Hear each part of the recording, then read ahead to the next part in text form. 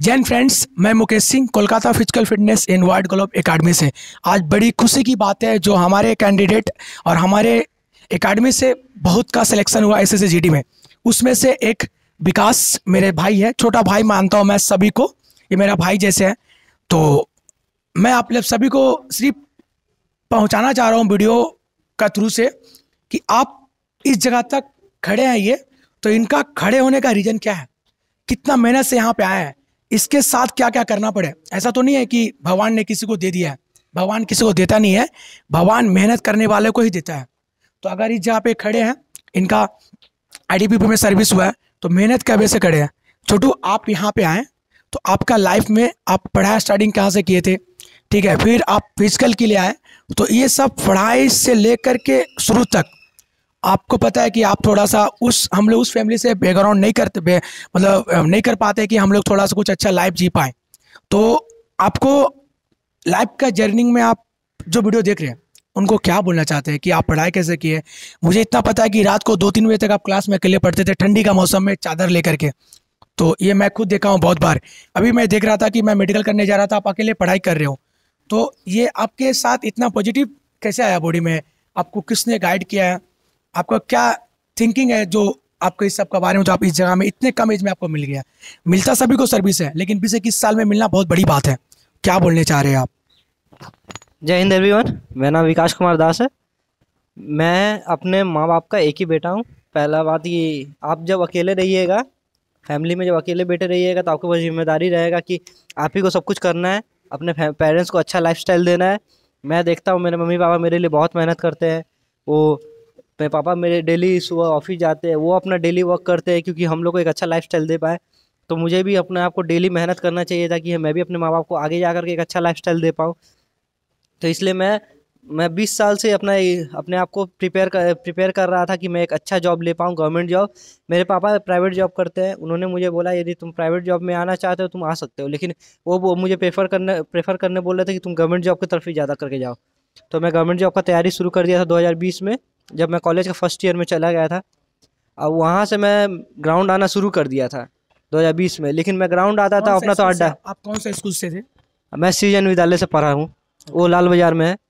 तो मैं 2020 से ग्राउंड आना शुरू कर दिया था। तब मैं कोई ट्यूशन नहीं, मुकेश भैया किसी को मैंने ज्वाइन नहीं किया था। मैं आता था ऐसे ही, थोड़ा अड्डाबाजी मारता था, कुछ इतना कुछ खास नहीं करता था, ऐसे ही दोस्त लोगों में गप्पा शप्पा मार करके अपना नॉर्मल दौड़ करके चल जाते थे और कुछ एक्स्ट्रा नहीं एफर्ट लगाते थे।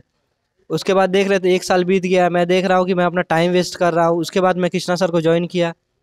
कृष्णा सर के पास गया तो मुझे कृष्णा सर ने डिसिप्लिन में रखा, मुझे पढ़ने के लिए बोला। मैं वहाँ जाकर पढ़ना शुरू किया। धीरे धीरे वहाँ जाते जाते मैंने देखा कृष्णा सर ने मुझे मेरे ऊपर एफर्ट डाला, तो मुझे भी अपने तरफ से एफर्ट डालना चाहिए था। तो कृष्णा सर ने मुझे जो जो फैसिलिटी प्रोवाइड की कि आकर के तुम ट्यूशन में पढ़ सकते हो, तो मैं एक्स्ट्रा जाकर ट्यूशन में पढ़ता था। क्लासेस होने के बाद भी मैं बैठ करके अपना एक्स्ट्रा पढ़ाई करता था। वो सब किया, उससे मेरा पढ़ाई बहुत इम्प्रूव हुआ, जिससे मैं जीडी में अच्छा नंबर स्कोर कर पाया।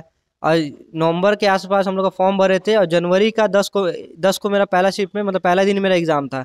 तो मैं एग्ज़ाम दे करके, जैसे मेरा एग्ज़ाम ख़त्म हुआ वैसे 1-2 दिन बाद मैंने मुकेश भैया को ज्वाइन कर लिया। अब मुकेश भैया के पास आने के बाद मुझे एक बहुत अच्छा माहौल मिला। यहाँ आने से मुझे पॉजिटिविटी फील हुआ कि यहाँ बहुत लड़के थे जो, यहाँ के जितने भी ग्रुप रहे, एक ग्रुप है केपीएफ में, केपीएफ आपको पूरा सपोर्ट करता है कि हाँ भैया आपसे हो जाएगा हो जाएगा। मैं रनिंग में बहुत ख़राब था, मेरे से रनिंग नहीं होता था। मैं ये ग्रुप का समझ लीजिए सबसे ख़राब बंदों में से आता था, कि जो आते भी नहीं थे, मतलब डेली रेगुलर बेसिस पे हम आते भी नहीं थे, मेरा नींद नहीं खुलता था, इतना ख़राब मेरा आदत था। हम आते थे 6 बजे, भैया ट्रेनिंग बुलाते थे तो 8 बजे हम आते थे, जब सबका ट्रेनिंग ख़त्म हो जाता था। हम ऐसा मनमोजिया टाइप के लड़के थे।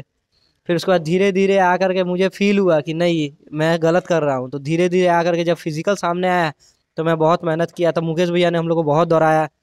थोड़ा सा प्रॉब्लम हुआ कि ज़्यादा दौड़ने के कारण हम लोग को सबको पैर में थोड़ा सा पेन वेन वगैरह हुआ, क्योंकि एक्स्ट्रा एफर्ट लगाने से हम लोग कोई इतना दौड़े नहीं थे जितना मुकेश भैया उस टाइम दौड़ाए।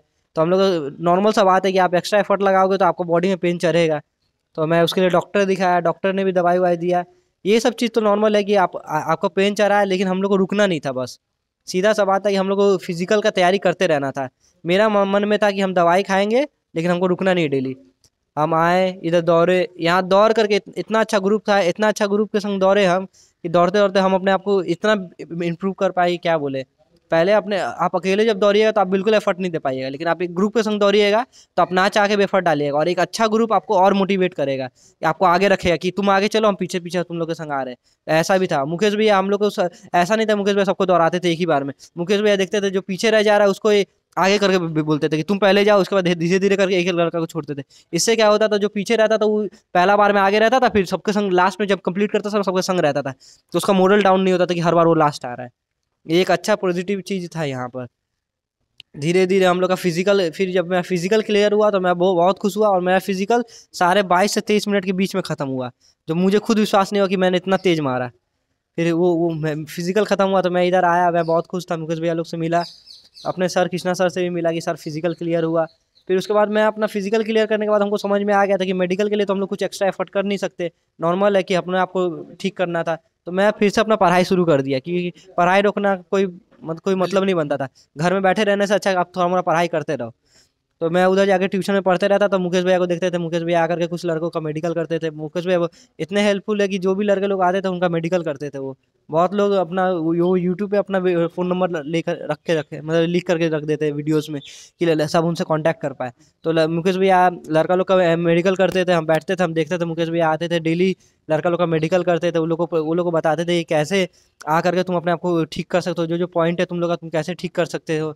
और जिसका बिल्कुल ठीक नहीं हो सकता तो मुकेश भैया उनको पहले समझा देते थे, बाबू तुम जाओ लेकिन देख लो तुम्हारा ये मेडिकल पॉइंट है।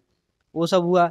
फिर हम लोग का मेडिकल हुआ तो हम लोग अपना मेडिकल में मुकेश भैया हम लोग को बताए, मेरा जैसे मेडिकल हो मुकेश भैया बताया कि हाँ तुम अपने तरफ से पूरा फिट हो। मुकेश भैया मेरे को श्योर कर दिए थे कि हाँ तुम देखना, तुम डाइट जाओगे तुम डाइट फिट होगे। और मेरा मेडिकल पड़ा था 1 मई को मेरा मेडिकल पड़ा था। सबसे पहला दिन मेरा ही मेडिकल था, BSF कैंप में पड़ा था सॉल्ट लेक में।